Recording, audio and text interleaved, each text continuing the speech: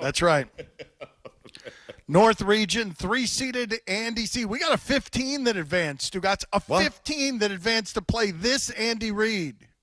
Andy Reid looks like the small-town sheriff that falls asleep while watching the prisoners, wakes up briefly to yell out, "Who's there?" to no one in particular, and immediately falls back asleep while the prisoners continue to carefully reach for the jail cell keys dangling from his belt. I think Andy Reid is going to lose. I think I think we've got a chance of a 15 seed winning this entire tournament because this is who Andy Reid is playing. Greg Williams looks like your divorced uncle who brings a call girl to Thanksgiving. Yep, I think you're right. Yeah. It's going to be hard to beat. It really is. So the South region, we still have a 1 seed there. This one is just as good as the 15-seeded Greg Williams. This is Gardner Minshew. Gardner Minshew looks like Tampa's leading cowboy-themed exotic dancer, Randy Rawhide, who can be booked for events big and small at 1-800-GET-RANDY. So good. Good luck beating that. Good luck, Draymond Green, the 4 seed. Good luck with that, Draymond Green. Draymond Green looks like the biology student looking up from a microscope and smiling in a university brochure. He does. Pretty but good. Not as much as Randy Rawhide looks like Randy Rawhide. The 11 seed has advanced to Stugotz. In the South region, the 11 seed represented by Jay Glazer looks like the ringmaster of a traveling 3-ring circus that is 2 weeks away from bankruptcy. The 11 seed Jay Glazer is facing the 2 seed, another Gardner Minshew. Gardner Minshew sounds like the 14th seed that's about to upset Georgetown in the first round of the NCAA tournament. I love So that. at It's a Le sounds Batard like. show. Yes, it's a sounds like. It's a totally different tournament. It's not a looks like. It's a sounds like. Yes, Gardner Minshew sounds like the 14 seed that's about to upset Georgetown in the first round of the NCAA tournament. Instead, it's the 2 seed, and it sounds like that, but the 2 seed is going after the ringmaster of a traveling 3-ring circus that is 2 weeks away from bankruptcy, Jay Glazer. So you can vote on that at Le Batard show. You can vote on all those things. Stugotz, think of ways to escalate this feud, please, with Bill Simmons and the Ringer, because I want to scorch the earth tomorrow, please. Okay. With everything going on, Mother's Day may not be top of mind for many of us, but now, more than ever, reaching out to a special mom in your life can make all the difference to her. And you can trust 1-800-Flowers to help make it special. Right now, 1-800-Flowers. You can get 3 dozen sorbet roses for only $39.99. It's a great way to make every mom feel loved when it matters most. With an impressive mix of pastel shades in pink, orange, and lavender, these roses are guaranteed to show mom how much she's loved. 1-800-Flowers is committed to safety of their team and your family, so they are offering contactless delivery. Picking an early delivery date ensures that your bouquet will arrive in time to make Mom's Day special. Don't put this off. Order today from the official florist of Mother's Day, 1-800-Flowers.com, to order 3 dozen sorbet roses for $39.99. Simple. Go to 1-800-Flowers.com, click the radio icon, enter code Dan. That's 1-800-Flowers.com, code Dan. Hurry. This offer ends Friday. For This Week in Sports History, I'm JP. In 1876, the first official National League Baseball game is played. Boston Red Stockings beat the Philadelphia Athletics 6-5 at the Jefferson Street grounds in Philadelphia. In 1939, Ted Williams got his first hit off of Yankee Red Roughing, a double. It was the start of something special as Williams was a 19-time All-Star, 6-time batting title winner, while also winning the MVP and Triple Crown twice. Oh, and not to mention he was a no-doubt Hall of Famer. In 1969, Joe Frazier knocks out Dave Zieglewick in 1 round for a heavyweight boxing title. Frazier finished his career 32-4 while also being the first boxer to take down Muhammad Ali. In 1996, the Chicago Bulls won a record 72 games in the regular season, a record that stood until the 2016 Golden State Warriors won 73 games. And in 2003, Patrick Waugh played his final NHL game. In addition to being an NHL Hall of Famer, Waugh is a 4-time Stanley Cup winner and 6-time All-Star. That's This Week in Sports History. I'm JP. The teams, the games, the fans, the local talk. This is ESPN Pensacola 1330 AM, 99.1 FM. Hi, my name's Bob. Hi, Bob. So I see this ad on TV. It says I can reduce my debt by 50%. So I call. They told me to stop paying my bills, stop talking to my creditors. It didn't seem right. but they said they'd take care of everything. I gave them thousands of dollars, but most of it went to their fees. Getting out of debt is neither quick nor easy. There are those who will tell you anything just to win your trust. Sounded perfect. I did everything they told me to do. They never paid my creditors. They didn't even contact them. Turns out I'm even more in debt because the fees and the interest on my cards kept piling up. Bad advice from so-called experts can make your financial situation worse. And the bank turned me down for a mortgage. And that's when I realized my credit was shot. I should have gone straight to my creditors to begin with. There is a better way to get help. Talk to your creditors directly, or to find a nonprofit agency near you, visit debtadvice.org. Debtadvice.org. Real solutions for real people. This has been a public service message. Pensacola's own NFL Hall of Famer Emmitt Smith has some tips for us during this time. This fight is up to all of us to try to help bend that curve. It's going to take teamwork. It's going to take us to stay committed, stay focused, and stay dedicated to the mission at hand, and that is to keep everyone safe. So be encouraging. Find some support. Find someone to talk to every day to encourage them to keep on continuing in this fight. And we will beat this pandemic. JP here. At ESPN Pensacola, we are hometown proud. Like the greatest pound-for-pound boxer of all time, Roy Jones Jr. Three-time light heavyweight world champion and former heavyweight champion of the world, future Hall of Fame legend, Roy Jones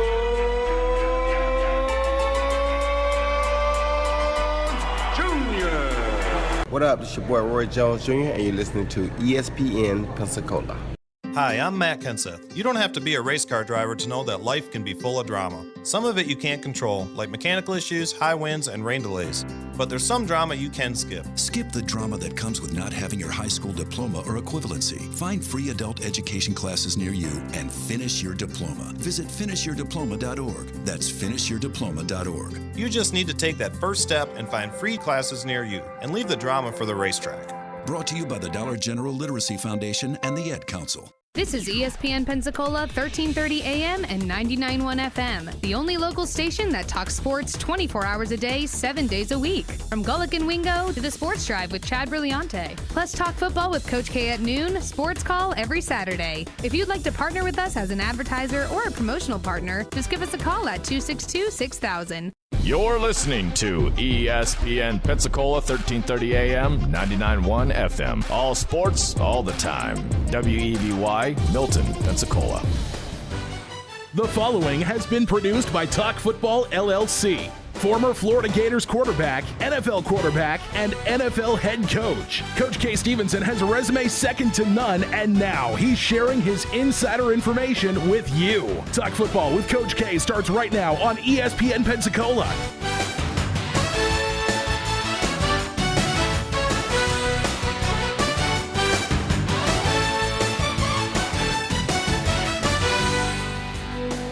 Welcome into Talk Football with Coach K. JP here with you alongside former NFL head coach K. Stevenson on this Wednesday afternoon. We hope everybody's being safe out there, practicing social distancing, washing your hands. You know what to do at this point. As we always start out our show, we will continue to do this. We want to thank our first responders and our healthcare workers out there, as well as, look, grocery store employees, truck drivers, any essential employee out there right now. We thank you guys. You guys are out there on the front lines making our lives easier, trying to make this as normal as possible as we pass through this pandemic right now. And I know we're getting positive signs. That's awesome. But nonetheless, it's because of what you guys have done, putting yourself out there for us. My significant other is, of course, a nurse, so I understand this, and a lot of people out there that are doctors. Look, firefighters, I have plenty of friends that are firefighters out there. Just, I tell you what, police officers, all these people out there just crushing it right now. Just seeing people and how they react to this, it's amazing, and everybody's stepping up. And as a community, I will say this about our community, we have done a fantastic job. Now, we're not done yet, but we're going to beat COVID-19, and it's fun to watch people coming together in this in a time where people want you to be down. We're going to be positive here. Coach, I know that you feel the same way. I know that there's so many people to thank that have done such a fantastic job in all this. Absolutely. I feel exactly the same way, and we just can't say thanks enough. You're very, very true with that statement, I'll promise you. Yeah, Coach, another thing, too, we want to thank our sponsors as well. We couldn't do this without them. We appreciate them and what they mean to the community as well. We were just talking about the community. They're a part of the community. They're out there doing their part, helping each other as well. We're so thankful for them, but we also want to mention our listeners out there. We appreciate you guys tuning in a time right now. It may be tougher than others. So for some people out there, maybe you've continued to work and nothing really has changed too much. We appreciate it. We appreciate you guys tuning in. Remember, 850-623-1330 is the phone line there. Give us a call. Let us know what's on your mind. Coach, I know we have a ton to get to today. And remember now, the draft, we'll mention this as well, the draft coming up tomorrow. We're almost 24 hours away from the draft. It is almost here. We have finally made it, Coach. To remind people, we're going to have the draft right here on ESPN Pensacola. Going to be a lot of fun. All 3 days right here on ESPN Pensacola. There's so much to get to. We'll talk about the draft in just a little bit. The big story here, I can't imagine anybody would predict it'd be anything but, Coach, Gronkowski going to the Buccaneers. This was something, of course, news broke that Gronk was interested in coming out of retirement. Less than an hour later, boom, he's now sent to the Tampa Bay Buccaneers. A couple things on this, Coach. Of course, he was sent to the Bucs from the Patriots, and now he still plays under that 1-year, $10 million contract, but the Patriots also sent a 7th-round pick in order to get a 4th-round pick from the Buccaneers. Now, first things first on this, Coach, and I'll talk about Brady and Gronk in just a second, but Belichick, I'm sorry, I don't think it's being said a whole lot, but Belichick's a genius in this. He just got a 4th-round pick for a 7th-round pick because people are like, well, he gave up Gronk. Well, Gronk wasn't going to play, it seems, unless he was playing with Brady. So Belichick found a way to, you know what, I'm going to cut my losses. This is a business right here. I also think it was great that there obviously wasn't a whole lot of haggling with this. Belichick is a businessman. He understands. He appreciates what Brady and Gronk have done. And but to get a 7th-round pick for a 4th-round pick, that's a pretty good move for the Patriots, Coach. Yes, it is. It's a very, very shrewd move, and you're right. It's a good deal. It's a good deal for the Patriots, and I'll tell you, it's a good deal for Tampa too.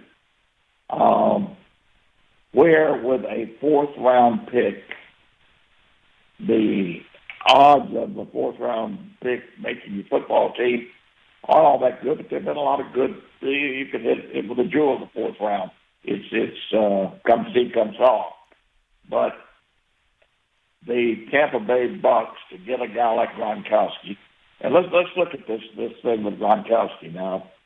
He's not going to be expected to play every down, a 3-down tight end for Tampa Bay. They have 2 other tight ends that can play. He'll play in special situations, primarily, I would think, inside 20-yard line in the red zone. And then he will be especially valuable to them in 2 and 3 tight end situations, which they used, if you remember, with the Patriots when they used even 3 tight ends and just ran over people. So there are all types of things now that this offers with Gronkowski in there, and with his ability, I think he can still catch the ball. He's been off a year now. He's lost a lot of weight. He's not going to have the same impact right around the line of scrimmage with his blocking, especially on defensive ends and that type of thing that he did in the past, because he's got to put a little more weight back on. He lost a ton of weight. But I would guess that also has helped him heal up quite a bit, a year off and losing all that weight. So if you look at the whole situation, I think it's a plus for both teams. And it certainly has added to the excitement for true loyal football fans who get to see Gronkowski pairing up with Brady again. So I think it's a good deal. Yeah, I agree, Coach. I think something to remind people about Brady and Gronk. Now, I agree with you that this is probably obviously not going to be the same Gronk. Now, he's only 30 years old, but he has went through a ton of injuries and surgeries and things like that. I think the year off was perfect for him to kind of go out and look, he lost some weight, and he even came out and said, Coach, like you just said, Losing that weight allowed him to heal up faster, and he felt better. Now, he's going to gain a little weight here, but Brady to Gronk is the best quarterback-to-receiver passer rating at 129 than anyone since 2006. Remember, Gronk also has 79 touchdowns with almost 8,000 yards and over 500 receptions. You know, Belichick, another thing when you talk about Gronk, too, and I don't know what his role is going to be. It's going to be interesting to see how healthy he really is whenever he gets out there and starts hitting people again. But, you know, Belichick said that he was the greatest run-blocking tight end he ever coached, and when Gronk was asked about run-blocking, Gronk said it was as fun as scoring. He basically talks about blowing a guy off the ball, driving him downfield. There's no better feeling than that. And, Coach, when you think about it, I just, you know, I look at Gronk right now, and it's something that's interesting just because, you know, there's so much indecision. Now, a lot of people talking about O.J. Howard. Well, you know, O.J. Howard is possibly being shopped around. Now, getting Gronk, I don't know if that's going to change or not now. And now, remember, they still have Cameron Brate, who is a great pass-catching tight end, too. You mentioned that they're a 3 tight end set. I think that this could be phenomenal. I think personally, I would hold on to O.J. Howard here and run this. This could be what O.J. Howard needs right now to be the guy they need him to be. But I think it's more important that's not being said is it's important to get Gronk there, not necessarily because he's Gronk, but because of what he means to that locker room. Now Brady has a guy that with him that knows how to win. Gronk and Brady, everybody knows in that locker room what these guys were, and Gronk's got that sense of urgency to win. He is going to build that locker room up, and I just think that's where it makes this team that much better. Yeah, that's a good point. Very good point. And, you know, back to Gronkowski losing all that weight, he's still going to be an effective blocker because he has the will and he also has good technique. He was taught good technique. So he'll be effective. But at 30 pounds lighter, he's not going to be able to do the heavy loading that he did in New England, but he doesn't necessarily have to. He'll still be effective, just can't do the same types. And again, I think he'll be more of a selective field position, down and distance type tight end for them, which will give him maybe not just this year, but maybe another year after that to play. So anyway, looking at the situation, very, very interesting. I think it's obviously this has all been orchestrated by Brady, and it's brilliant. It really is. Yeah, it is. It's and seeing Brady pick up Gronk from the airport was also funny. Just look, those are two guys that are best friends when you look at how they are, and I think it's going to be fun to watch. Look, the NFC South, just when we think that things are calming down, they get right back up, and so that's going to be, when you look at that this year, it's going to be so much fun to watch. And Coach, I want to move over to the NCAA real quick. Now, they made an announcement yesterday. They changed a couple rules. One, we'll start off with this one. Happens, whenever the players get ejected for targeting, usually they have to leave the field. Now, that's been the same since 2013. They have to go to the locker room for the remainder of the game. Now they don't have to leave the field. They're allowing them to be on the sideline. Now, we'll go through a couple of these rules, and I want to get your take from this, Coach. Allowing the player to be on the sideline, to me, seems like it could be a problem because, remember, a lot of times when these players get ejected, they're sitting there, they're mad, they disagree, they're hyping up the fans, they're causing a big distraction right there as they go off the field. I don't know if allowing them to be on the field is such a good idea, but you know what, Coach? From a coaching perspective, your player gets ejected. Do you want him to go to the locker room, or you want him on that sideline? Yeah, that's a good question, and I've never really thought about it other than the fact, what you just pointed out is true, and also the fact that some of these guys just don't have the brain power to understand. They feel like they may feel like once they've been kicked out of the game, they can't do anything else. I mean, what are they going to do?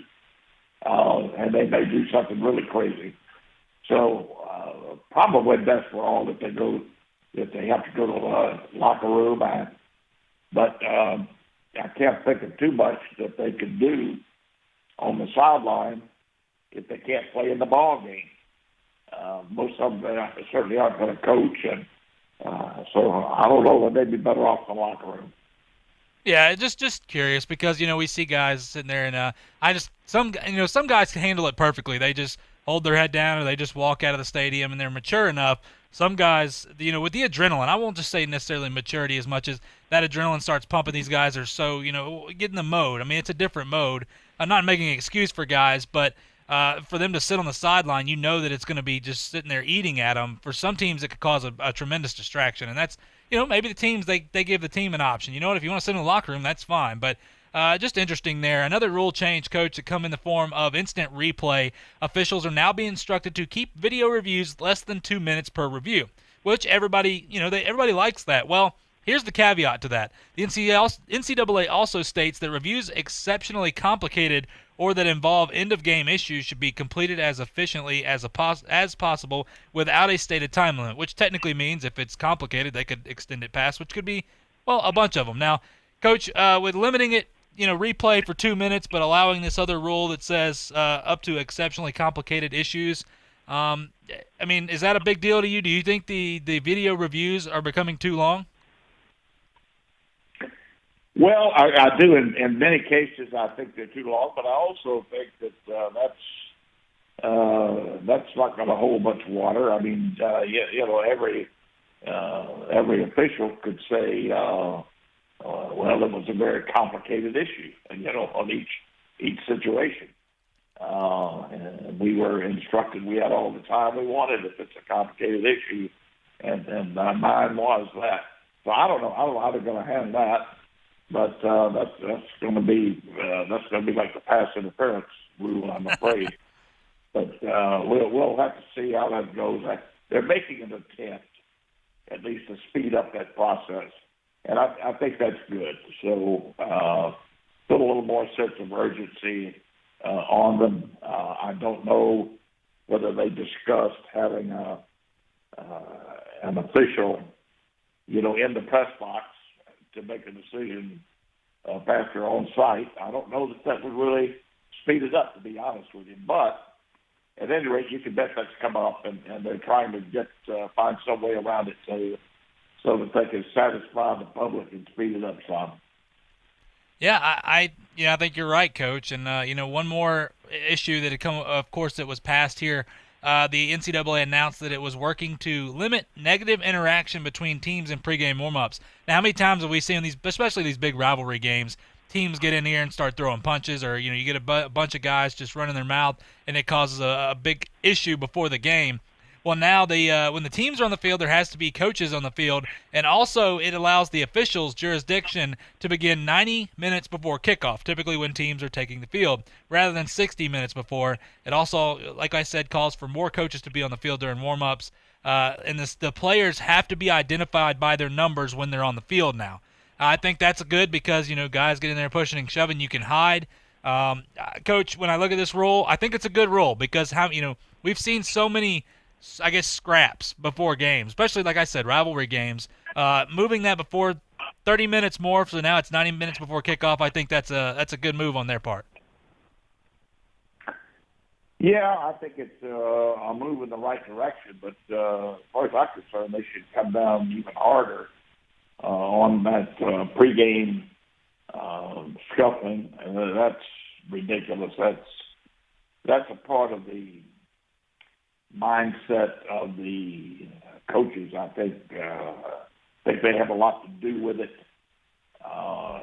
Talking about their words to incite players to take early action, to show dominance early, to gain control, blah, blah, blah. I could go on and on and on. I promise you, over the course of a week, I can incite a football team to be very aggressive when they go out to warm up and see the other football team, see the other jersey. It's like a red light going off. So don't tell me that can't be done, because I know it can.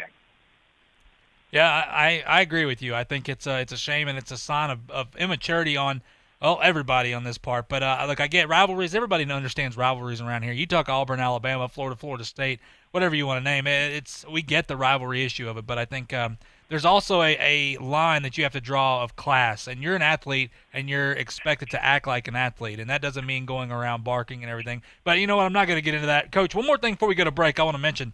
because when we come back from break, we're going to talk a lot about the draft and some interesting insight here. But New Orleans Saints coach Sean Payton told players, well, today they will not have any type of off-season program this spring, virtual or otherwise.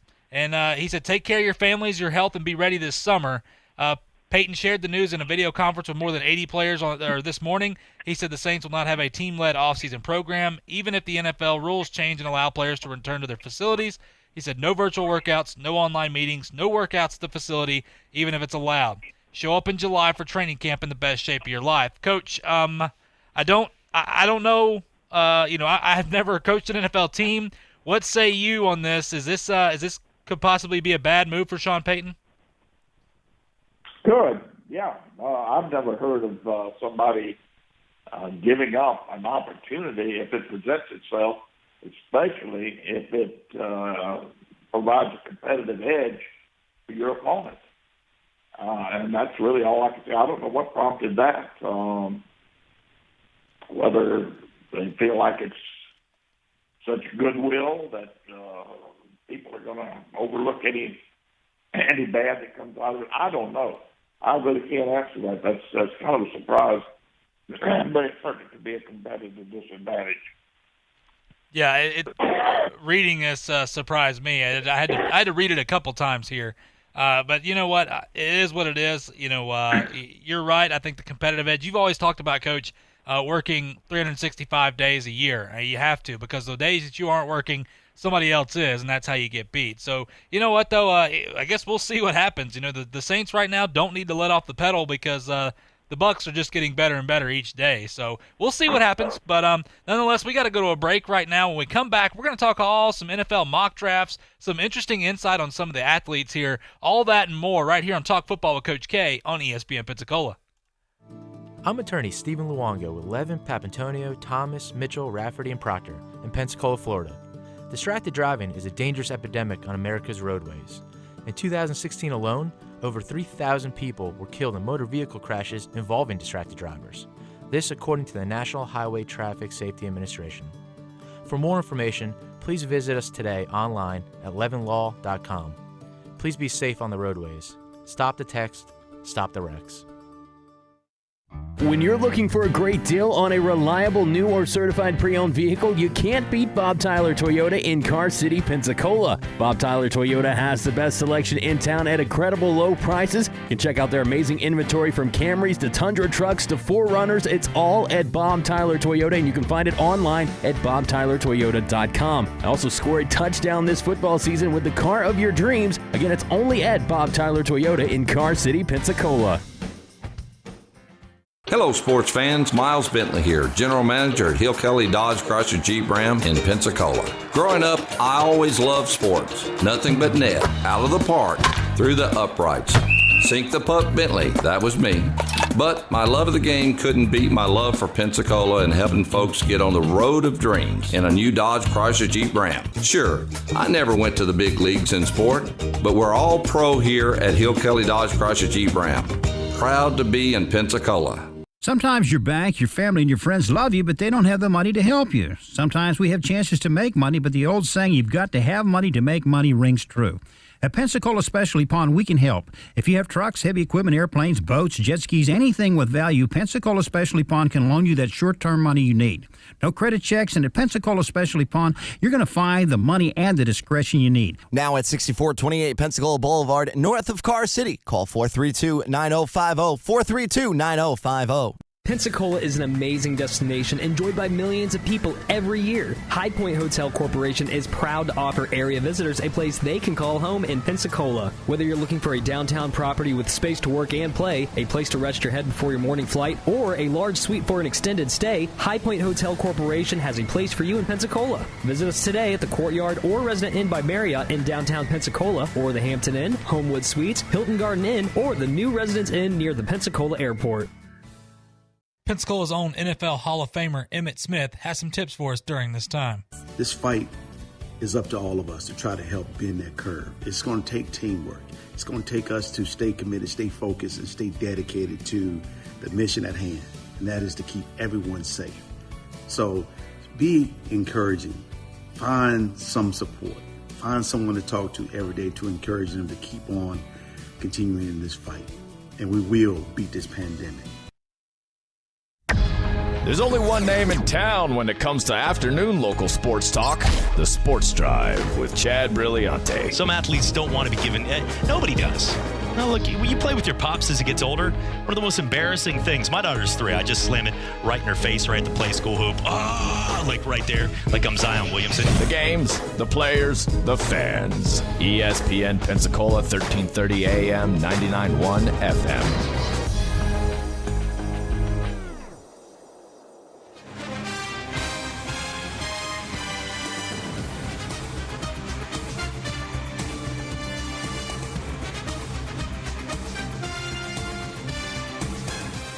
Welcome back to Talk Football with Coach K. JP here with you alongside former NFL head coach Kay Stevenson on this Wednesday afternoon.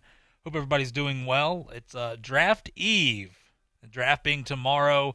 Of course, coming up at 7 o'clock tomorrow right after the Sports Drive. We'll have it right here on ESPN Pensacola. Going to be a lot of fun. I know, Coach, that we're both eager to hear about what's going to happen. I mean, I think it's unanimous. There's no doubt it seems Joe Burrow is going to go number 1. We think that the Cincinnati Bengals are going to take him. We heard rumors of Miami possibly trading up. Now those rumors have kind of fell away a little bit. But there again, you never know. It's never 100%, and I'd say it's never 100% when you're talking about the Cincinnati Bengals anyway. But regardless, talking about a couple things here, Coach, and we talk about this now. Mel Kiper came out with his last and final position rankings for the draft. So no surprise here. Just going to run through a couple things. Joe Burrow, of course, the number 1 quarterback, Tua, then Justin Herbert, then Jordan Love, Jacob Eason. Here's something that interests me, Coach, and I don't know. Maybe you're hearing something different than I am. Jalen Hurts moved ahead of Jake Fromm. Now, I question that. I'm not sure I know. Of course, me and you both, we like Jake Fromm a lot. Are you hearing anything about Jalen Hurts maybe that's picking up during the draft or getting closer to the draft here? No, about what anybody would have heard. There is some interest, and I think some of it stems from this temporary success that Baltimore is having with their quarterback, running back at the quarterback position. I think Jalen, as much as I like Jalen Hurts, I think he is, and I've said this quite a few times, I think if he would agree to be a slash, and by slash I mean play different positions, a number of different positions, as well as being a backup quarterback, and like Taysom Hill at New Orleans, I think he would be a very, very strategic, good draft pick. I really do. But just to play quarterback, I think some people may be disappointed. Now, maybe somebody feels like they could talk him into, or maybe they've gotten some indication behind the scenes that we're not aware of, that he would be willing to play that role. That being the case, he would move up the board. So, those things we don't know. But if they're talking about just a quarterback, I think they would be disappointed. So there you go. But it's like everything else. You're going to hear all types of rumors just before the draft. And, again, this is going to be very, very interesting, especially with the quarterbacks and how they put that together. Now, Fromm, you mentioned Fromm. And, I'm very high on Fromm. I think he's a winner. I think he's going to be a winning quarterback in the National Football League. And I think Sunday he just has it's almost like he fits the puzzle of the New England Patriots. If you put a puzzle out there looking for a quarterback to put in there, seems like he would be the one. He just fits that mold. But anyway, I'm going to be very interested to see what happens here. I think they may be looking at him second or third round. Yeah, I think the better Fromm falls, the better it is, and New England will just salivate to be able to take him, because if they can pick him up in the third round, you're talking about a value. With that organization, that would be best case scenario if I'm Jake Fromm. Like, that's where I want to go, just because of the I guess, reputation they have there, and just the way that the type of quarterback he is, he fits Bill Belichick. That's his guy. That's his Tom Brady type guy. I'm not saying, of course, intangibles, but I'm just saying that's his type of guy that he can mold.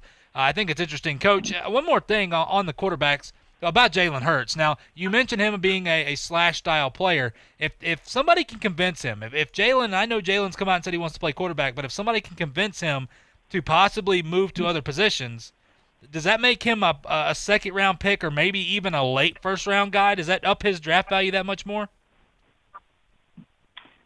Yeah, I think it does. I think it moves him higher. Now, whether I think right now I don't see him as being a first-round pick, but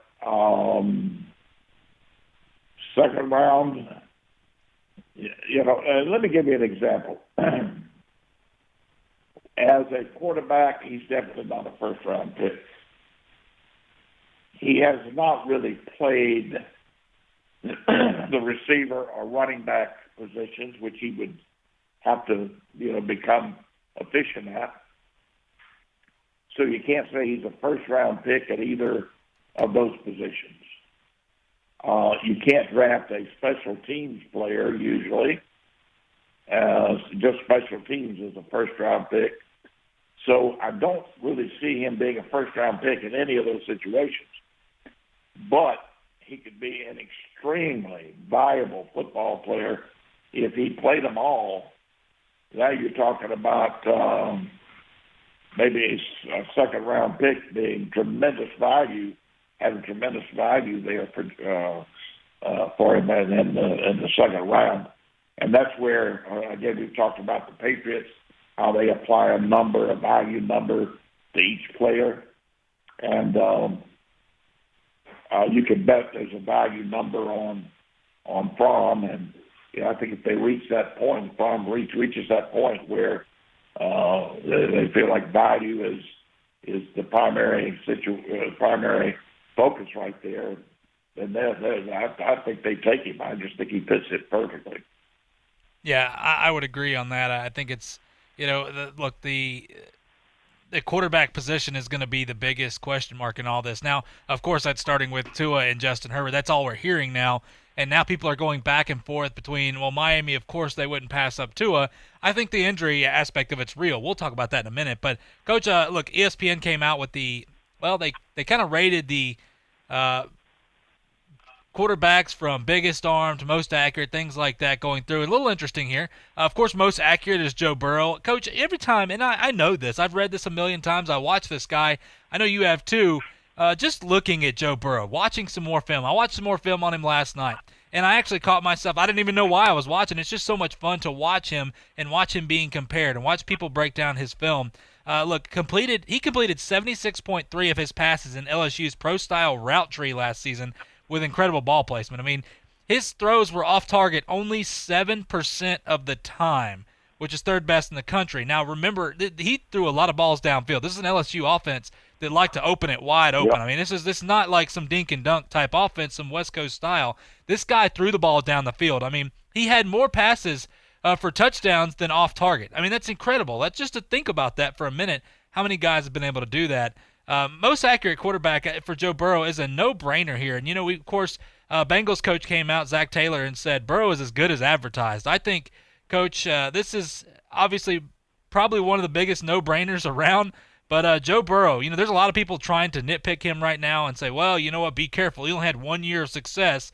But I think it's important what you've mentioned before. He played in an offense that is an NFL-style offense. That is how you can recognize guy. Not like a Jordan Love where they're playing different offenses or a Justin Herbert even that's playing a little bit different style offense. This was an NFL pro-style offense. That's where he fits the mold of any team. And that's something that I had a question, and that's why I brought it up weeks ago, was I don't know if he can fit the mold of a team, but does a team need to fit him? And you said, well, look, go back and watch the offense. He fits any NFL offense. He can mold himself to that, and I think that's so important. Coach, Joe Burrow, I mean, I know we've said a ton about the guy, but this is a player that I think is a no-doubt guy that's going to have a lot of success. And, look, I know we talked about it even from the Wonderlic scores. People discredit the Wonderlic, and I get that. But Joe Burrow also shows you he has the thought process and the IQ just in general. And he also has the football IQ. This guy, Coach, checks every single box you could want in a quarterback. Absolutely. I can't say enough about Burrow. The more I've watched enough to know what he can do physically with football, but also the other attributes that the man has. He's an exceptionally bright guy. He's got great football intuition and I think football savvy, what I call savvy. But he's extremely intelligent. You know what he does in his spare time. He's doing in some of his spare time. He's reading on nuclear physics. Yep. So that's amazing that it's of interest to him, and that he has the wherewithal to read it and understand it. But at any rate, back to the quarterback position, there's no doubt about it. He's going to be, barring injury, of course, but he's going to be an exceptional quarterback. And if anybody would say, well, it's only based on 1 year,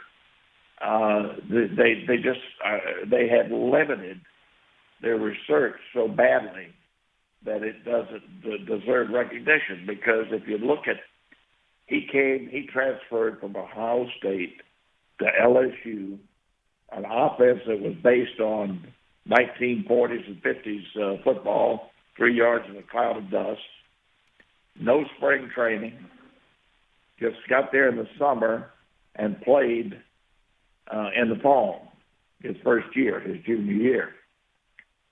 They were fortunate enough that they recognized his talent, and Coach O made the decision to move to an offense that would be certainly be right up his alley. And he brought Brady in, Joe Brady from New Orleans. Under Brady, he had an entire off season. He had a spring training all summer, which I understand that he worked every day during the summer. By the time he got to fall, this guy had an offense that fit him. He fit the offense, and he was extremely bright and had mastered the fine details of it from a college standpoint, to the extent that he looked like Tom Brady playing college football. I've said that before, and I mean that. So you got to be kidding me. What more could a guy do? And to complete well over 70% of the passes with the highest number of passes going 20 yards or more downfield is just untouchable. So accuracy, pre-snap look, post-snap recognition, all those things that you look for in a quarterback, he has. Yeah, I look, Coach, we've both talked about Joe Burrow ad nauseum here. I just think that this is a guy. Remember, Ed Orgeron came out the other day and said, you're wondering if he can succeed in the NFL? He said, no matter where he goes. He said, this kid has been battling his entire life. Remember where he came from over there, in Ohio, and it's a poverty-ridden city, and that's what Joe Burrow was talking about in his Heisman speech. This is a guy that's been battling, and he battles not just for himself, but to others as well. He's a great story. He's a great kid. He's a smart kid. He has been against adversity, from being picked. He wasn't picked to be the starting quarterback. It's something you pointed out as well. And, in the spring game, he looked awesome. A lot of people thought this was the guy, but they go to J.T. Barrett and Dwayne Haskins and guys. It's interesting to look at Joe Burrow and to look at his life and break it down. If you have any questions about this guy has faced just about everything he can at a young kid's life. And I know he's a little older. He's 24 right now. I think he's at his peak, and that's why I think it's even better for a guy like Joe Burrow. He's only going to get better. I think his peak is going to last quite a while, and if the Bengals go and draft him like I think they obviously should, this is a great piece moving forward. But nonetheless, Coach, we're up against a break right now. We come back, as we always do each and every day right now, working our way through the SEC and ACC. We'll talk about the Tennessee Volunteers. Well, there may be a little positivity going around on what Jeremy Pruitt's been doing, especially since the beginning of the season, losing the way they did. But maybe not so fast. We'll talk more about that when we come back right here on Talk Football with Coach K on ESPN Pensacola. I'm attorney Stephen Luongo with Levin, Papantonio, Thomas, Mitchell, Rafferty, and Proctor in Pensacola, Florida. Distracted driving is a dangerous epidemic on America's roadways. In 2016 alone, over 3,000 people were killed in motor vehicle crashes involving distracted drivers. This according to the National Highway Traffic Safety Administration. For more information, please visit us today online at levinlaw.com. Please be safe on the roadways. Stop the text, stop the wrecks.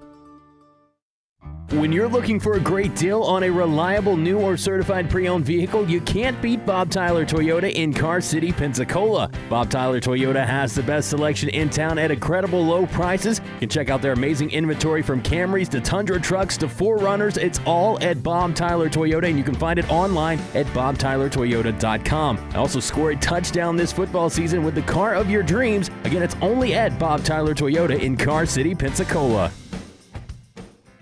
Hello, sports fans. Miles Bentley here, General Manager at Hill Kelly Dodge Chrysler Jeep Ram in Pensacola. Growing up, I always loved sports. Nothing but net, out of the park, through the uprights. Sink the puck Bentley, that was me. But my love of the game couldn't beat my love for Pensacola and helping folks get on the road of dreams in a new Dodge Chrysler Jeep Ram. Sure, I never went to the big leagues in sport, but we're all pro here at Hill Kelly Dodge Chrysler Jeep Ram. Proud to be in Pensacola. Pensacola is an amazing destination enjoyed by millions of people every year. High Point Hotel Corporation is proud to offer area visitors a place they can call home in Pensacola. Whether you're looking for a downtown property with space to work and play, a place to rest your head before your morning flight, or a large suite for an extended stay, High Point Hotel Corporation has a place for you in Pensacola. Visit us today at the Courtyard or Resident Inn by Marriott in downtown Pensacola, or the Hampton Inn, Homewood Suites, Hilton Garden Inn, or the new Residence Inn near the Pensacola Airport. Pensacola's own NFL Hall of Famer Emmitt Smith has some tips for us during this time. This fight is up to all of us to try to help bend that curve. It's going to take teamwork. It's going to take us to stay committed, stay focused, and stay dedicated to the mission at hand, and that is to keep everyone safe. So be encouraging. Find some support. Find someone to talk to every day to encourage them to keep on continuing in this fight. And we will beat this pandemic. Just felt there's a huge need in Pensacola to bring foot and ankle services, specifically orthopedic foot and ankle services, to this area. There's so much growth in Pensacola. I wanted a freestanding orthopedic foot and ankle center to do this, and as far as I can tell, this is the only one really in the country that's freestanding. Most orthopedic surgeons are part of a multi-specialty group. So we offer on-site x-rays, on-site CT scan, and on-site MRI. They can come to one place. Visit NielsenOrthopedics.com to reserve your appointment today. Hey, this is Chad Brillante from the Afternoon Sports Drive, and you're listening to Talk Football with Coach K on ESPN Pensacola, 1330 AM, 99.1 FM.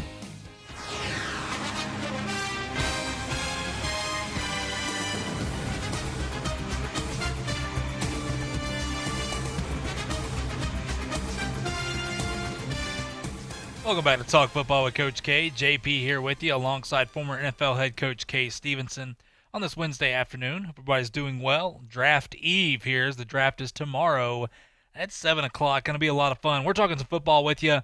Going to talk a little college football right now, Coach. Now, a team in the Tennessee Volunteers, this is interesting.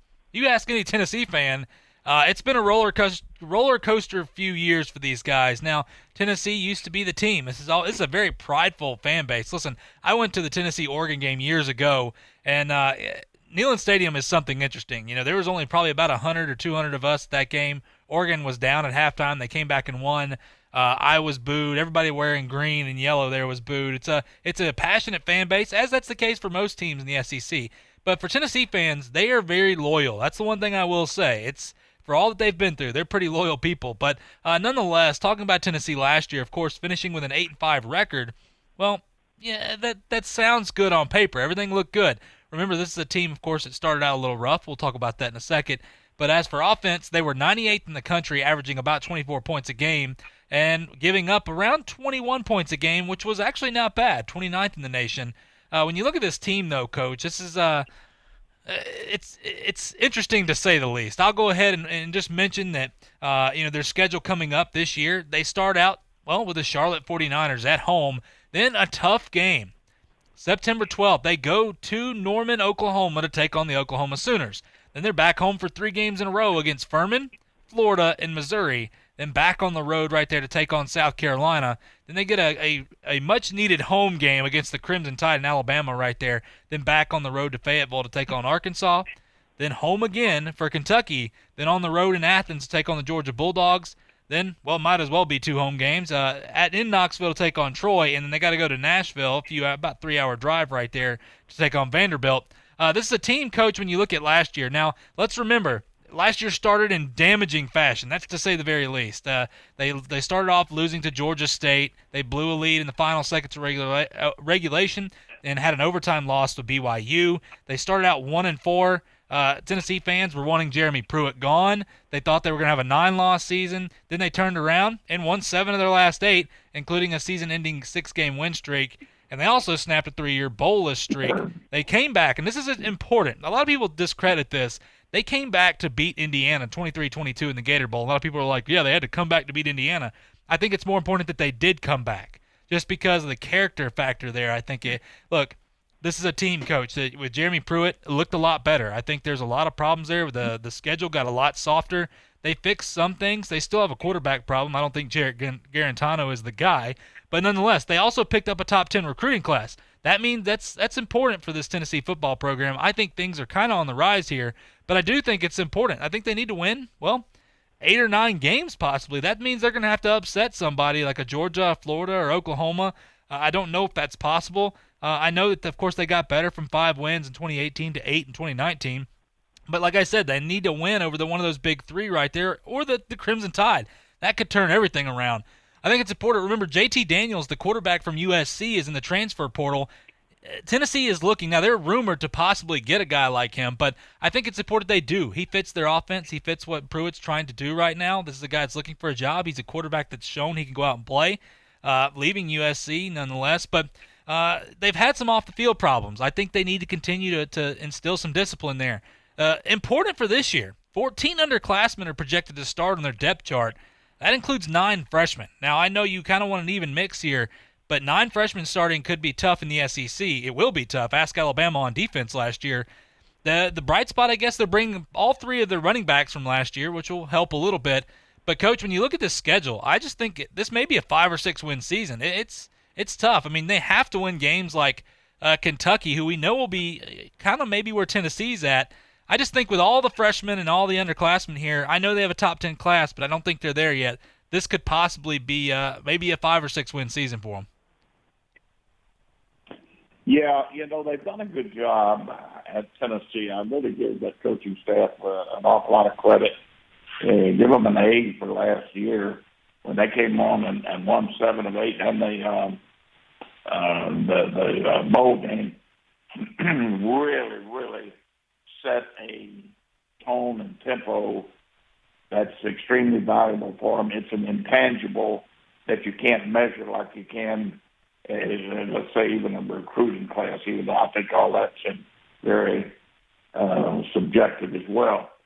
But they did get a good, according to the so-called pundits, they did score with a good recruiting class, best recruiting class they've had in many, many years. So all that is adding up to be something very, very positive for the Tennessee Vols. Now, I agree with you, it's a tough schedule.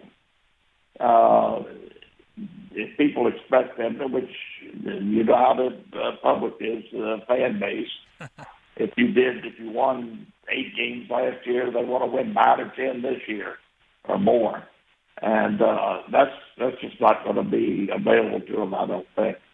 But I do think Tennessee has made some progress.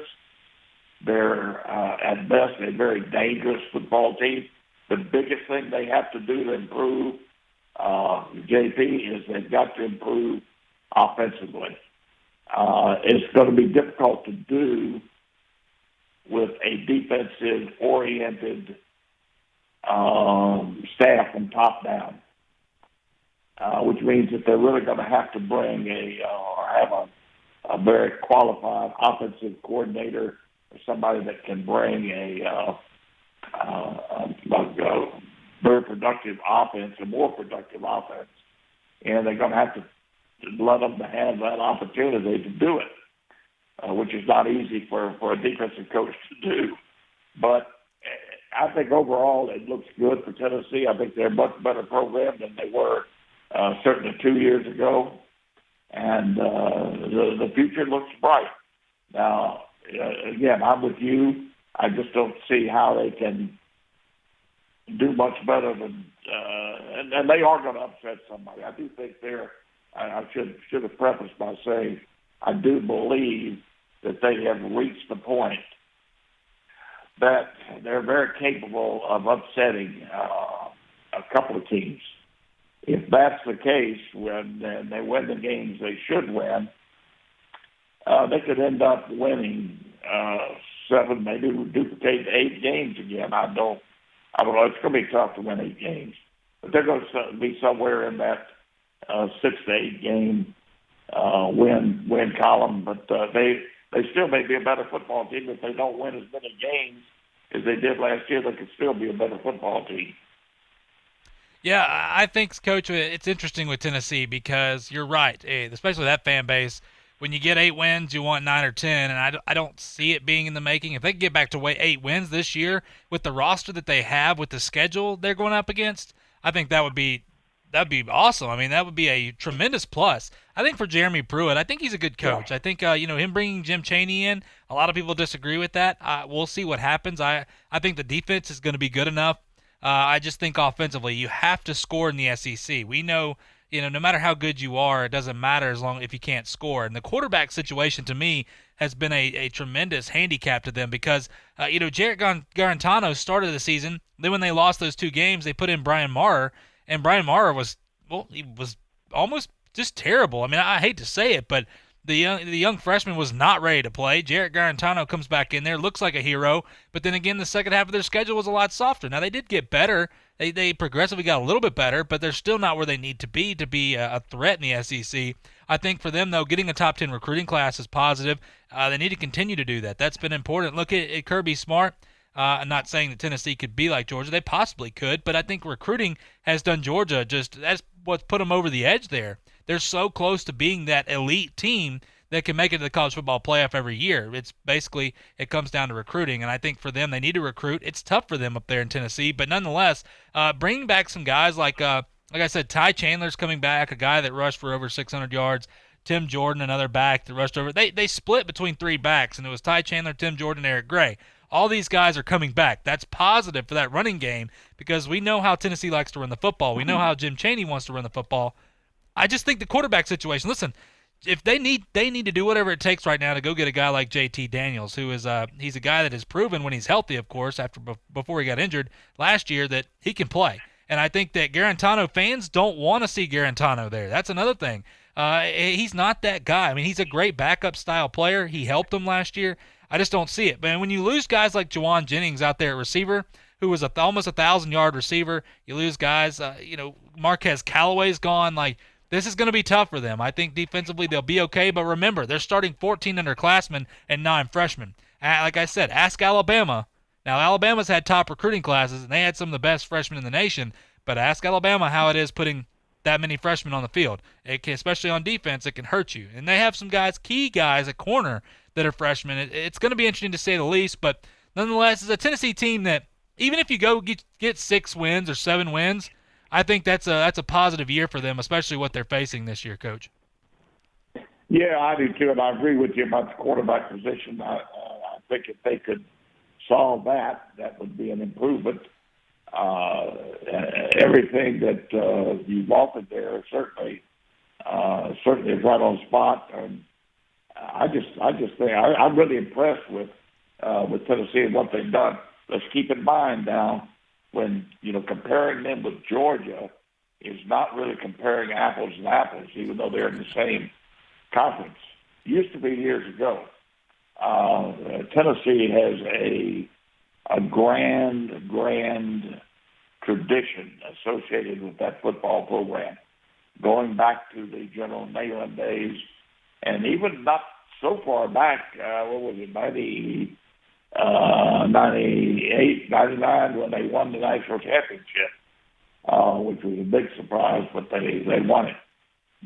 But it's so difficult for Tennessee to recruit compared to Georgia. Georgia's at a much better recruiting position than would be Tennessee. So that they're going to have to overcome, and you overcome that with in any number of ways. It take a whole program one day to start talking about that, but it's going to be a major effort for them to improve from a recruiting standpoint. Oh, for sure, and without a doubt right there. And something interesting, with just Tennessee is, hang on, Vols fans, you've been through worse. Things are going to get better. That's what I believe. I think Jeremy Pruitt's a great coach. I think he's going to do a good job. That program was not in very good shape. Let's just call it what it is. That's a nice way of putting it. Nonetheless, we're up against a break right now. When we come back, we're going to talk about GM John Lynch, talking about if the 49ers went after Tom Brady or not. Some interesting comments here. And we're going to talk about Percy Harvin. Well, Percy Harvin decided he wants to come back now. He had an itch to come back to play football again. All that and more right here on Talk Football with Coach K on ESPN Pensacola. I'm attorney Stephen Luongo with Levin, Papantonio, Thomas, Mitchell, Rafferty, and Proctor in Pensacola, Florida. Distracted driving is a dangerous epidemic on America's roadways. In 2016 alone, over 3,000 people were killed in motor vehicle crashes involving distracted drivers. This according to the National Highway Traffic Safety Administration. For more information, please visit us today online at levinlaw.com. Please be safe on the roadways. Stop the text, stop the wrecks. When you're looking for a great deal on a reliable new or certified pre-owned vehicle, you can't beat Bob Tyler Toyota in Car City, Pensacola. Bob Tyler Toyota has the best selection in town at incredible low prices. You can check out their amazing inventory from Camrys to Tundra trucks to 4Runners. It's all at Bob Tyler Toyota, and you can find it online at bobtylertoyota.com. Also score a touchdown this football season with the car of your dreams. Again, it's only at Bob Tyler Toyota in Car City, Pensacola. There's only one place in town for the lowest prices and greatest selection of firearms. Pensacola Indoor Shooting Range. Visit our fully stocked Gun Pro Shop for new and used firearms, accessories, and ammunition. Check out the Indoor Shooting Range. We offer rentals on guns, including fully automatic machine guns and silencers. Ladies, this is the safe place to learn how to use a gun. Plus, Tuesday is Ladies' Day. Women shoot for half price all day. The best place to buy firearms in Pensacola. Pensacola Indoor Shooting Range, Highway 29 in Car City. Pensacola is an amazing destination enjoyed by millions of people every year. High Point Hotel Corporation is proud to offer area visitors a place they can call home in Pensacola. Whether you're looking for a downtown property with space to work and play, a place to rest your head before your morning flight, or a large suite for an extended stay, High Point Hotel Corporation has a place for you in Pensacola. Visit us today at the Courtyard or Resident Inn by Marriott in downtown Pensacola, or the Hampton Inn, Homewood Suites, Hilton Garden Inn, or the new Residence Inn near the Pensacola Airport. Here are the ESPN Pensacola 1330 AM 99.1 FM contest rules. You can win one prize per household per contest in any 30-day period, unless specified by individual contest rules. All prizes are non-transferable, non-redeemable for cash, or exchangeable for any other contest prize. Prizes must be redeemed within a 30-day period of winning and must be 18 years of age or older to win. For a complete list of rules, visit ESPNpensacola.com. The latest sports news is at ESPNpensacola.com and on Facebook at ESPN Pensacola. Plus, watch Chad Brilliante, Coach K, and Sports Call live on our exclusive YouTube channel, ESPN Pensacola 1330. Talk football every day with Pensacola's own Coach K. Credit a great performance by Garoppolo. And I love the way he throws the football. He's got all the things going for him. Every weekday, noon till 1 on ESPN Pensacola 1330 FM 99.1. The teams, the games, the fans, the local talk. This is ESPN Pensacola 1330 AM 99.1 FM.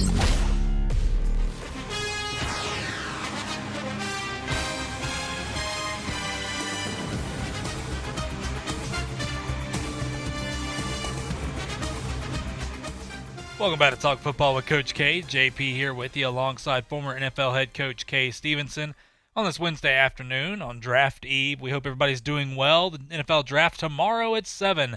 A little over 24 hours left, and I know we're both eager, me and Coach right here. And Coach, when you look at this, a couple interesting things. Now, GM John Lynch came out and said he was talking on the Rich Eisen show. Basically, it was asked about the whole speculation if they were going after Tom Brady. and swapping him for Jimmy G. Now, he said when you're talking about one of the greatest quarterbacks of all time, of course you're going to have some internal discussion. He said, look, you hear rumors that, hey, I'd like to come home, that kind of thing, which we heard, the possibility of Brady, of course, being from California. He said, so him and Kyle Shanahan had discussions. He goes, look, we're always into getting better. You always look at everything, especially in a situation like this. But after a while, we looked at each other and said, you know what? We really like what we have in Jimmy G. We love everything he brings, and we really believe that he is the long-term answer. I would tell you that we're more convinced now than ever who our quarterback is in Jimmy Garoppolo. Coach, I know that Jimmy G is a guy that you like as well. He got a bad rap during the Super Bowl. This is a guy that it's basically put on his shoulders, but you know what? That's what it is, I guess, for the quarterback position. Any problems? Because some people are saying, why did John Lynch come out and say they even thought about this? That's disgraceful to Jimmy G. I disagree. I think it's actually more of a compliment because they looked at him compared to Tom Brady and said, you know what? We really like this guy. This guy's the real deal, and he's the answer for us. What say you on this, Coach? Yeah, I think it could be a little touchy, but I really don't think it will be. I think you're probably right on that in the long run it may make him look better if he takes it that way. Hopefully he will. But you never want to get too deep into comparing players. It's usually a bad road to go down. Yeah, I agree. I think, look, Jimmy Garoppolo does not deserve what he got after losing the Super Bowl right there with the 49ers. I think it was just the Chiefs were a team that, you know what, they just weren't going to be stopped, and they were just better. I mean, it is what it is at that point. I understand he missed some throws, but, Coach, Jimmy G is a quarterback that I believe they made the right move there, and in the 49ers, that this is a team that is built to be good for many years down the road. Do you have any concerns looking at Jimmy Garoppolo and in the future or ever? No, I like Garoppolo. I've said that forever. I like him, and I think he's going to be a very productive quarterback. I think he already has. I'm not sure where all this publicity. It almost seems to me like it's contrived from some central location that we need to downgrade the ability of Garoppolo and place higher praise on other quarterbacks in the league and take him down a notch or two. That's what it seems to me. That's the only thing I can come up with, because really, if you look at his play, ever since he got the first chance to line up and play, it's been very positive, extremely positive. Now, if we're talking about now we're down to one throw in the Super Bowl, he overthrew Sanders. He said that cost him the ball game. Baloney. Yeah, baloney. I agree. What cost him the ball game is they're ahead by 10 points in the fourth quarter, and their dead-gum defense gave up. Not gave up. They gave out of wind and other conditioning. They weren't conditioned properly. In my opinion, that's where I think they cost themselves the ball game, because I think they had a poorly conditioned defense. Yeah. Just point blank. Otherwise they win the ball game. Now they could have called. They certainly could have called a little different game offensively that maybe would have given them a little better chance to chip there, and but put it all together. It's a combination of things, as is usually the case. It's never one thing. But if I had to put the major blame on something, I would put it on an ineffective, ill-conditioned defense, rather. Yeah, I agree, Coach. I think, look, and going back to it, Jimmy G is the guy. They made the right decision there. But nonetheless, Coach, it's time for us to go. As usual, we had plenty to get to. Still didn't get to everything. It's been a pleasure, Coach. Absolutely. Got the clock back with Brady. That's interesting. Absolutely. It's gonna be fun. And look, the draft coming up as well. Look, we appreciate our listeners tuning in today as well. We'll be back tomorrow talking some more, well, football. As always, remember, the draft's going to be right here on ESPN Pensacola, but we're going to be back tomorrow, same time, talking some football with you on Talk Football with Coach K, right here on ESPN Pensacola. on plenty of extra help at the draft, but it's all help that's allowed because it's his wife and daughter. They'll all play roles during the draft, allowing the coach to stay focused on the big screen TVs and computers. His daughter works for the Redskins social media department, so she's put together a video of his home setup. It looks like they're going to be helping him keep track of who's on and off the board and helping with all the other ancillary parts of it. Apparently, he's even given his wife's phone number out as the emergency phone number in case somebody needs to reach him for a trade. All a reminder that tomorrow night's NFL draft is going to look interesting. It's the type of draft you're going to tell your kids about. You'll remember it forever. Those are the headlines you need. First, take your take on ESPN Radio, ESPN News. I'm Jason Fitz. We're presented by Progressive Insurance. We're asking you to chime in. Your NFL team's worst draft moment. For your favorite team, your worst draft moment. We're going to get some of your take coming in just a minute. Again, as I've joked throughout the show, I'm a Raiders fan. You know that. That means I've had plenty of these, and it's good to get it out of your system. You got to get the negative juju out before tomorrow night, because tomorrow night is the NFL draft. It's the moment that I absolutely look forward to every year. It's the moment where you have what feels like winners and losers every 10 minutes. It's a moment where everybody begins their season of hope. You feel like your team just got better, and this is the moment where your team can finally catch the team that's ahead of them, or in the case of the Chiefs, your team stays ahead of everybody else. It feels like we all come together at draft time. It's part of why I love it. So we're going to start with some draft Straight Talk, brought to you by Straight Talk Wireless, and it comes in the form of Joe Burrow. Yeah, I'm already ahead of it. Joe Burrow and the Bengals. The question is, can the Bengals turn things around with Joe Burrow? Max and Stephen A. had that debate today on First Take. I'm not optimistic about a damn thing concerning the Cincinnati Bengals. I want to be respectful to Zach Taylor, who had a rough year his first year. We'll see what he does in the future as the head coach of the franchise. For years, I had advocated that Marvin Lewis needed to go. I never said that he did not deserve to be a head coach in the National Football League. I said he doesn't deserve to be the head coach in Cincinnati. When you have 16 years at a job in the National Football League as a head coach and you don't win one single playoff game in 16 years, I don't give a damn. It's time for some kind of change. That didn't mean that the change needed to be Zach Taylor. I think the biggest problem with the Cincinnati Bengals is from an ownership perspective, because I think they're notoriously cheap. That's my thinking. Joe Burrow going to Cincinnati, he's an Ohio native. Obviously, he can ball. And if he shows that kind of potential on the NFL level, considering the kind of character guy he is, and he's somewhat of a local product, he can help galvanize, he can help provoke change, rather, and galvanize the state of Ohio to get behind them in such a fashion that it might force ownership in Cincinnati to veer from its ways and ultimately step up to the program and be committed to doing what it takes to give the city of Cincinnati a respectable postseason product. I get so sick and tired of all of these folks sitting around talking about, oh, Cincinnati's not that bad, and bringing up Kenny Anderson from the 80s and Boomer Esiason and Andy Dalton and all of this other stuff. What I'm saying, Carson Palmer, let's not forget him. And we know what Chad Ochocinco meant to that franchise. Got 7,000 yards, 1,000-yard plus seasons. I think it was like 5 or 6 consecutively. Chad Ochocinco was all-world. But here's the reality. That organization is not a great organization. They've done nothing to show us otherwise. And to me, when you don't achieve anything in the postseason, I don't believe in you. And that's all I'm trying to say. But what great quarterback have they had to build around? Not a guy who you're trying to squint and pretend is great, but who showed you that he really had the potential to be great. One thing you could say about Joe Burrow.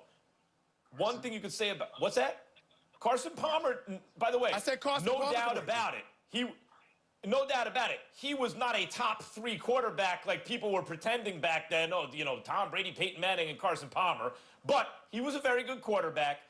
But we're talking about special kind of guys. Carson Palmer looked that way for a minute. Andy Dalton, people were hoping to be that. Joe Burrow, the first time he got a chance to play, balled out. And he followed that up with a season that many consider the greatest in the history of college football. He just threw 60 touchdown passes in a season with 5,600 yards. He won the Heisman Trophy and the national championship in a great game against a great team and program. I mean, how much more could he have achieved in the time that he had to do it, in 2 seasons really as a starter on the college level. So are you optimistic about Burrow? If you're just looking at the situation, bad organization, bad franchise, drafts a quarterback number 1, optimistic or pessimistic? Are we hoping that Burrow can do something, or have we already seen that he's done it on a college level as well as anyone's ever done it at least, and that gives you reason to believe he can succeed